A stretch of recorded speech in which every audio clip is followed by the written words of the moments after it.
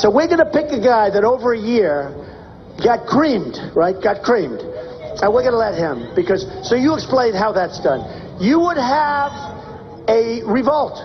You would have, at a minimum, nobody, all these millions of people that have joined the Republican Party, which makes it so hot, all of these people will never vote. Believe me, they will never vote for anybody, probably, but they certainly won't be voting for Republicans.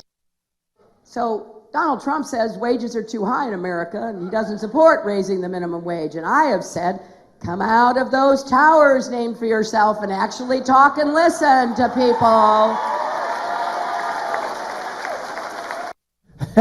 Come out of the towers. And then she mocks him for having a private jet. When she has a private jet, it's priceless. She is so unbelievable. Literally, it's priceless. Joining us on the Malzberg panel on this election night, it's Reverend Jesse Lee Peterson, president of BOND, the Brotherhood organization of a new destiny, syndicated radio host and author of The Antidote, Healing America from the Poison of Hate, Blame, and Victimhood. And Christopher Hahn, Democratic strategist and syndicated radio host. I welcome both of you gentlemen in. So let's talk about what we just heard. And Christopher, let's start with, in reverse order, ladies first. I guess that would be acceptable. With Hillary, what is she thinking? I mean, talking about that Trump has so much money, he's out of touch, he has a private jet. She just described herself.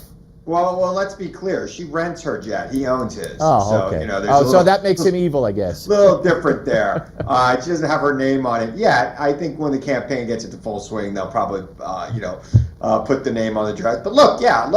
I mean, turnabout is fair play. The guy's been hitting her. She's going to hit him back, and I think that's the way the campaign's going to be for the rest of the year. I think you're going to see those two going at each other more than going at their respective primary opponents, because I think after tonight, the primaries, while they might still continue, the nominees will be pretty clear after tonight. And Reverend, I know that you agree. You wrote a great piece called "Trump for President," and I know that you agree with what Christopher said and what Donald said in the cut we heard. What are you going to vote for a guy who can't win?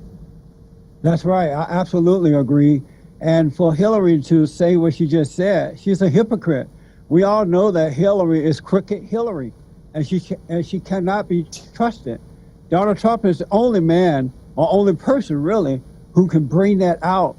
And that's why I say that he's the best man to beat Hillary out. No other guy can do it but Donald Trump. What do you say to that, Christopher? I say bring it on. I just, look, I don't take him lightly. But I don't think it's going to be a very good year for Republicans. I think, look, Donald Trump can change. He could pivot on a dime. I don't know that he has any really deeply held beliefs, political beliefs for that matter. Maybe when you say change from what to what? I mean, what we see I think he could change. I think he could turn on a dime, just as he has his entire career. And I expect him the day after he clinches the Republican nomination to start turning on that dime. And the question will be whether good people like you, Reverend, who might be more ideologically inclined, stay with him when he no longer supports the same ideology, will determine how many of his supporters are partisans versus ideologues. My concern is that I want the borders shut down, and I believe that Donald Trump would put a wall around the borders. Illegal aliens are impacting our country in a negative way, and especially in the black community. For the last 26 years, we've been trying to help black men find jobs, day work. It's impossible now because on the construction sites and other jobs, illegal aliens are getting those jobs.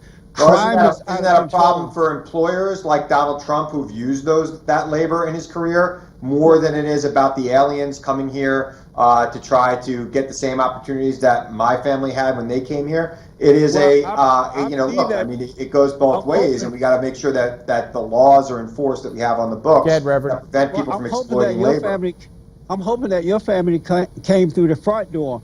We were talking about illegal aliens, and another thing that's happening, they're bringing drugs and crime.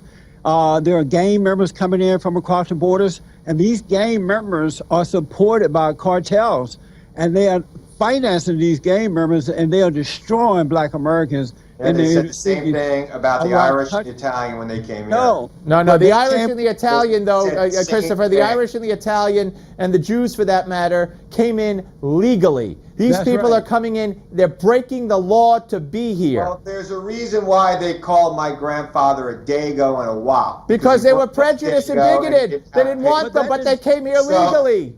Right, that didn't have anything I to do don't with think them they coming would have come across up the with the term borders. WAP for people who had papers. It meant without papers. Well, but that So, I doesn't mean let's they be were clear. without papers. That means maybe a couple, but they put it on people who were here legally. Again, and there are a lot of people of Latino Christopher. descent that are here legally. Absolute, Reverend, last word, Reverend, go ahead. Donald Trump will also bring the jobs back. He will protect us from the Islamic terrorism.